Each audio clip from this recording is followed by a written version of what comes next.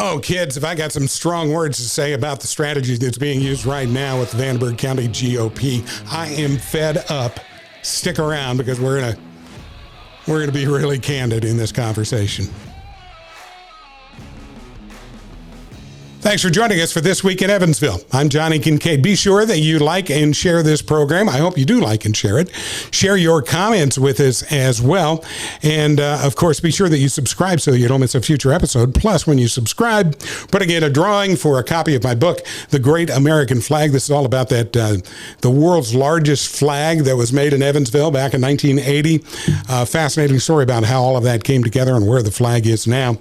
Also, when you also subscribe then to the City County Observer, then we're going to put you in a drawing for a dinner for two at Kavanaugh's. Man, that is some good stuff.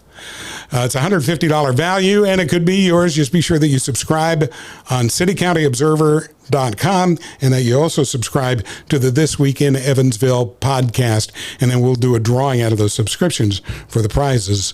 Good stuff in store for you. Now let's get down to business and let's talk about what's happening in the Vanderburgh County GOP. I'm trying to be really civil about this, and I'll be honest with you, it's a little bit difficult because we're after the primary election, and in the primary election, people elected precinct committeemen. And they also elected delegates to go to the Republican State Convention. Well, after the election has taken place and the results have been certified by the county election board, then our county GOP chairman has made the decision that he's going to try to boot 3 people that were duly elected out of their positions as PCs and delegates to the convention. How is he doing that? Well, okay, let's give the history here first.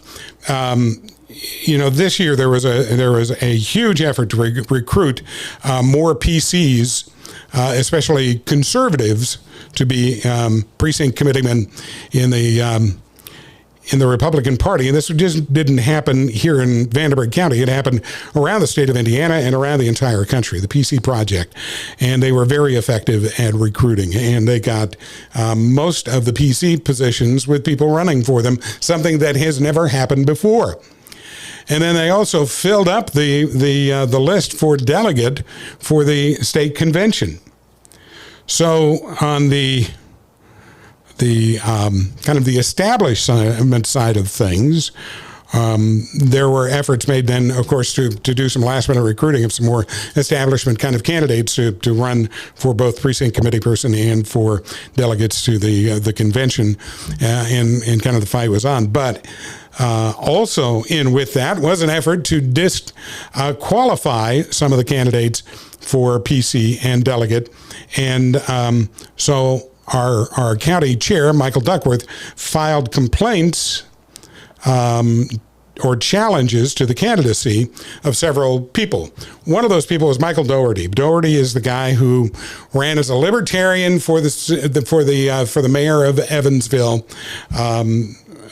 last year in 2023, and so based on that, he was challenged by the 2 primary rule, saying that he hadn't voted Republican in the last 2 primaries that he voted in, and by he is not a Republican in good standing, and therefore not eligible. Well, the county elections board sided with Doherty, and Duckworth lost his complaint. It's the only one he lost out of all the ones that he filed at that time. So Doherty went ahead in good faith and ran for the office. And people voted for him. A lot of people voted for him. For both of the offices that he sought, PC and county or state convention delegate. So after the election, the county election board certifies the results of that. Oh, and by the way, one of the members of the county election board was taken off of the board by Michael Duckworth because he sided with Doherty in making that decision with the board. So at any rate, now the election board has certified the results of the election, and guess what? Michael Duckworth decides to file a complaint against Michael Doherty, also against Ken Colbert, who Colbert has been a critic of Duckworth and has said that it's time to take Duckworth out of that office and replace him. And Cheryl Benninger-Smith, who also has been critical of Mike Duckworth and saying that he needs to be replaced. And so these three people are going up before a hearing with the 8th Congressional GOP Committee. It is insane. And the form for the complaint is cookie cutter. It is the exact same wording cut and pasted into all three complaints. For Michael Doherty, who with this year's primary now has the requisite 2 primary votes that he needs. And again, a lot of people who voted for him and results that were certified. Ken Colbert. Ken has always voted Republican, has never voted any other way, kind of like me. And so the only thing that appears to be valid in the complaint, maybe, is the fact that he's been critical of Mike Duckworth. It's the only thing I can actually think of here. Same thing with Cheryl Benninger-Smith, always been a Republican. So the 2 primary rule doesn't apply there, but it's part of the complaint that's filed against him. So now they're all going to have to go through this hearing. They've all lawyered up. It's going to be a total mess. I did contact Mike Duckworth, and I offered him the opportunity to come in on here and answer a few questions because I'm really curious about what he might have to say about some of this and to get his reasons for all of this going on. But he declined the invitation to come on with us or to do an interview that we could use in the print edition in the City County Observer. So we've only got one side that's been communicating to us. And I'm just going to say point blank, this is going to be nothing but bad for the Republican Party. It's a total mess. And it's going to get messier as long as we keep going with it.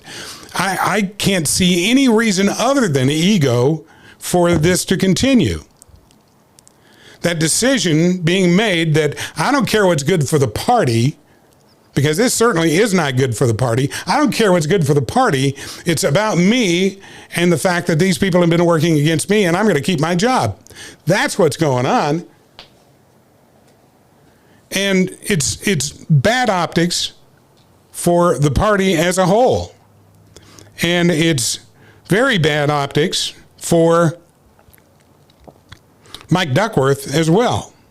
I mean, I have several questions that I have to pose to Duckworth and to Brenda Goff, who is the 8th District chairperson, who is going to come in for these hearings here in about a week or so with these lowlifes who have been, insurrectionists in regard to the Republican Party. Because they, in addition to saying that they want them removed from their office, they're censuring them. And I've heard that term censure used a bunch, and I've always tried to figure out exactly what is meant by that. And every time that I've gone to look up censure, it comes up as being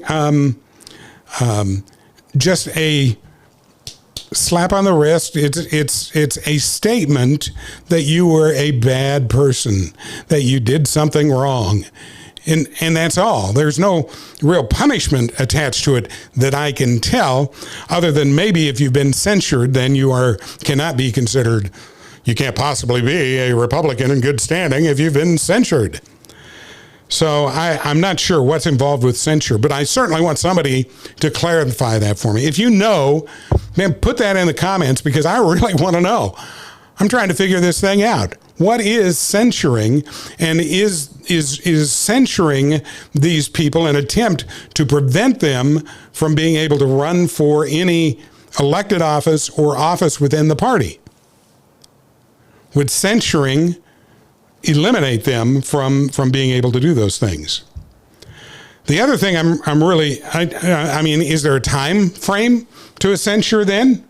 In other words, can somebody be censured this year and then run for delegate again in 2026 and be okay with running for it?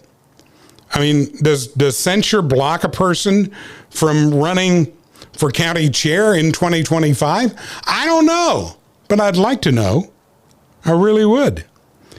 And we know that there have been PCs who have gotten themselves into trouble for supporting a Democrat for running for office. And so the question is,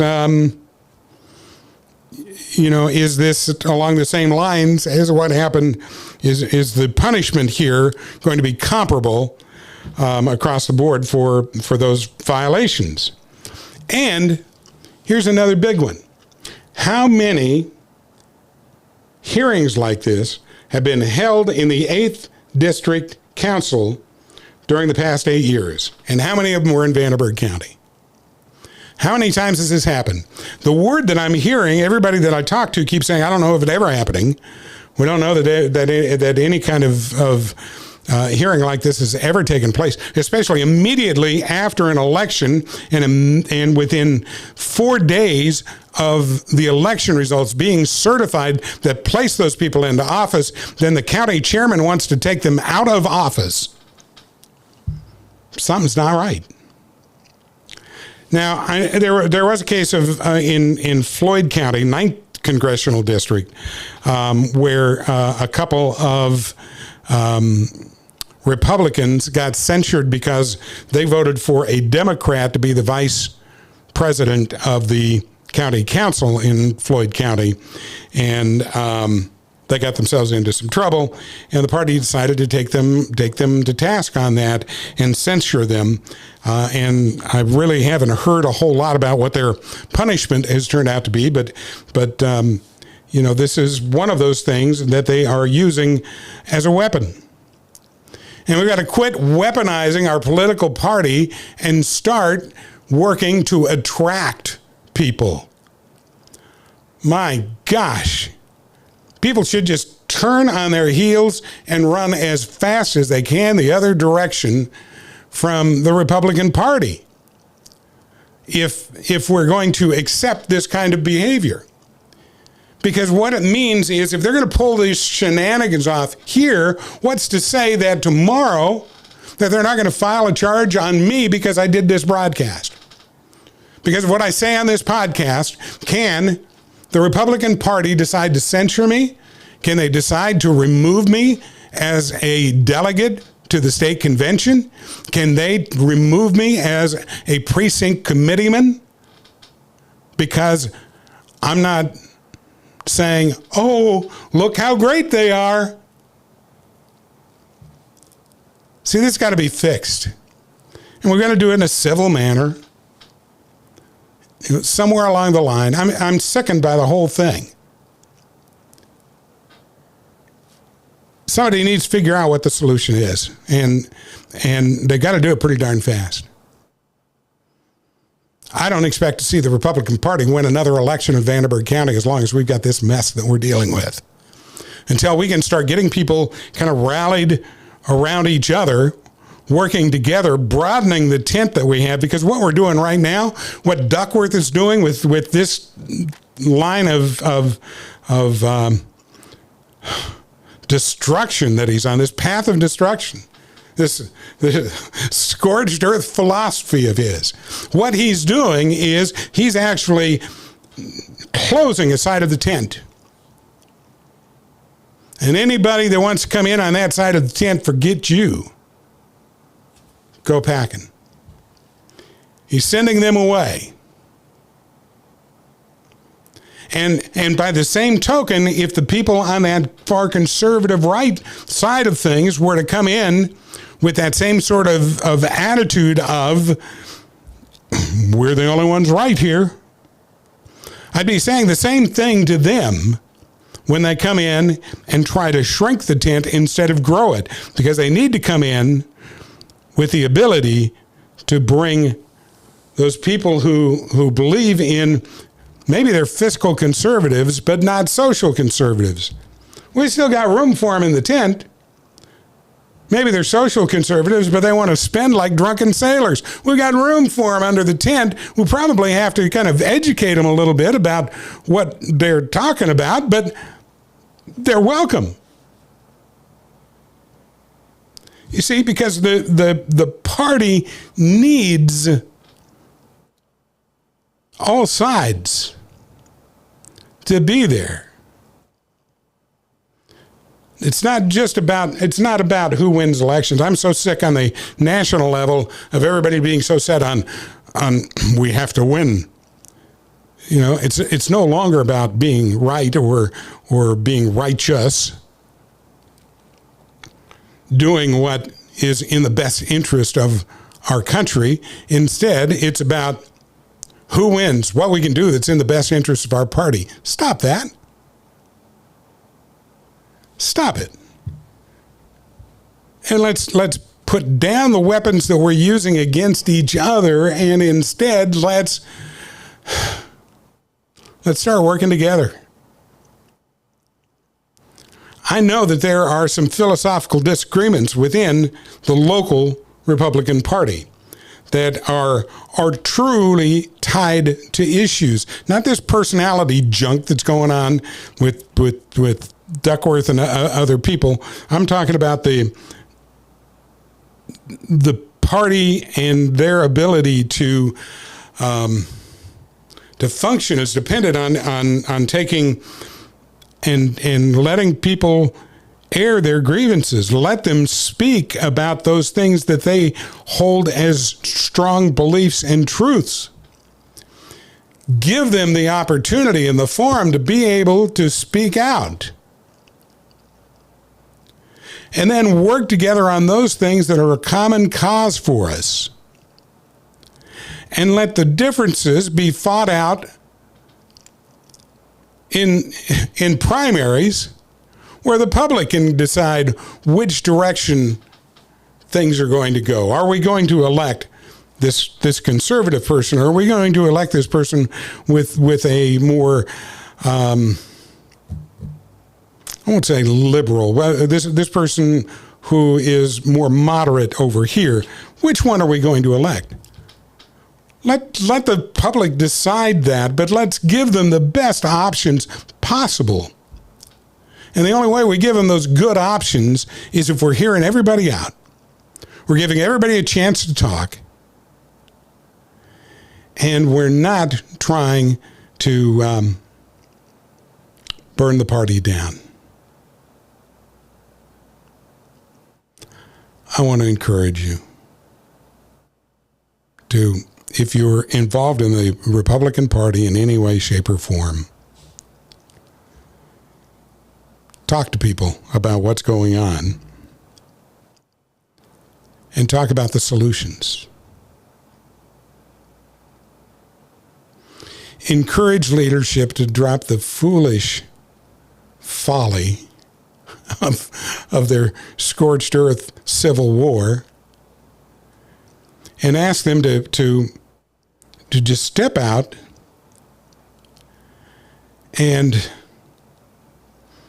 be leaders. What's going on right now doesn't even resemble leadership. For 8 years, the Vanderburgh County Republican Party has had the wrong phone number for me and the wrong mailing address for me. That makes it pretty tough that they can't manage their data well enough to have the right information to be able to reach me. You need somebody handling the data for you. You need to have a communications plan put in place so that you are reaching out to the members of the party on a regular basis. How many of the new PCs or the delegates for the state convention got congratulatory emails from the Vanderburgh County GOP. Oh, I got to take my hand down because I didn't. And I don't know of anybody who did. Wouldn't it be good to communicate? Let us know what to expect, what's coming up. It's time to fix it. Stop going out of our way to break it, and let's fix it. And on both sides, all sides. I say it as a two-sided thing, but there are more parties involved here than that, and there's a lot more disgruntled different groups within the Vanderburgh County GOP than what I can name. And there are probably, I don't know, maybe 8 or 9 people who are actively considering a run for the party chair. So there you go. If you're the current party chair, it's not just these 3 that you've brought up in your kangaroo court that you need to be concerned with. It's the party as a whole. It's 9 people and growing for the number of people who are coming after your job, not just this few. And it's not healthy for anyone for us to have 9 people come swarming after that position. It's time to get the people together, talk about it, figure out what's in the best interest of the party, not what's in the best interest of the chair. Let the control of the party be where it was supposed to be to begin with, which is in the grassroots. The PCs are the ones who are supposed to be in control. Stop trying to ram things down our throat and instead let the PCs drive the ship like they're supposed to. Remember, grassroots? It's a volunteer organization. Treat your volunteers like volunteers. That's what PCs are. You wonder why you have trouble getting volunteers to work the fall festival booth or at the fair? Maybe it's because you don't communicate with your PCs. Maybe it's because you don't appreciate what those PCs do. And there is an exception to that in leadership in the party. There is our vice chair has been phenomenal. And I think Dottie Thomas is a great person who has been working tirelessly behind the scenes doing the job. And she doesn't get enough thanks for that. And she's still in the position where all she's hearing is all of the complaints, unfortunately, including mine. But it's time that somebody publicly comes out to say, Dottie, great job. You are doing so much good for this party, and I hope that you hang in there. Because I do believe that better days are ahead for the GOP. I think we've got to get a few things straightened out. We've got to let the PCs be the PCs. Let them do their job. Let them lead.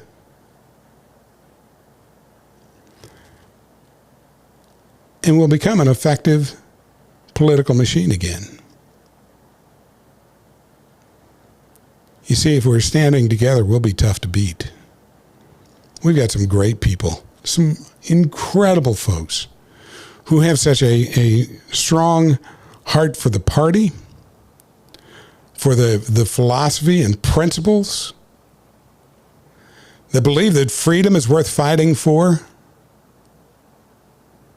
that believe that we need to be fiscally responsible, that on a local level there is no reason that we should be digging ourselves further and further into debt, that instead we should be reining in the spending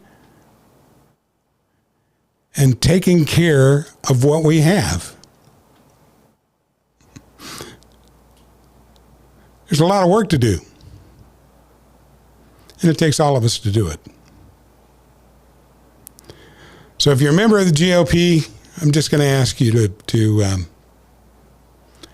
help be that calming, quieting influence within the party. It's what I want to try to do. Although with my tone in this show, I don't know that I'm being that effective at it. But I'm mad. This has got me really, really fired up. And I'm tired of watching more and more stupid stuff take place instead of us stopping, taking a breath, and then working together on solutions. If we can't do that, we may as well not float any candidate for office in the future. Because if we can't convince ourselves within our own party, how do we expect to convince the general public, those undecideds, those independents, if all we're doing is fighting? We can't convince them that anything that we do is right. So let's pull it together. I think I'm about out of this rant. I had originally planned on coming on here and just kind of laying out the facts of where we are in this situation, and I couldn't help myself. It's too serious to just quietly let it go. So thank you for taking the time. I appreciate you giving me a few minutes here to blow off some steam and to rant. And hopefully it's going to lead to better things happening in the future for a political party that I really love and appreciate. And hopefully that then will lead to us having an even better community that we live in, because that's really the bottom line. When we're dealing with politics on this local level here, Vanderburgh County, it's about making our town and our county as good as they can possibly be. They're not good if we're all at each other's throats. But Evansville has something really special about it. I've felt that way since the day I moved here. And I don't want to see us lose that. Thanks for your time. And be sure that you subscribe. You could wind up winning a copy of the Great American Flag book or a wonderful dinner for two at Kavanaugh's. So subscribe both to the podcast and to the City County Observer. Just go to citycountyobserver.com and be sure that you sign up there, so that you're also getting information about each new set of postings coming up and a new print edition coming out soon of the City County Observer as well. I'm Johnny Kincaid. Join us again next time for This Week in Evansville.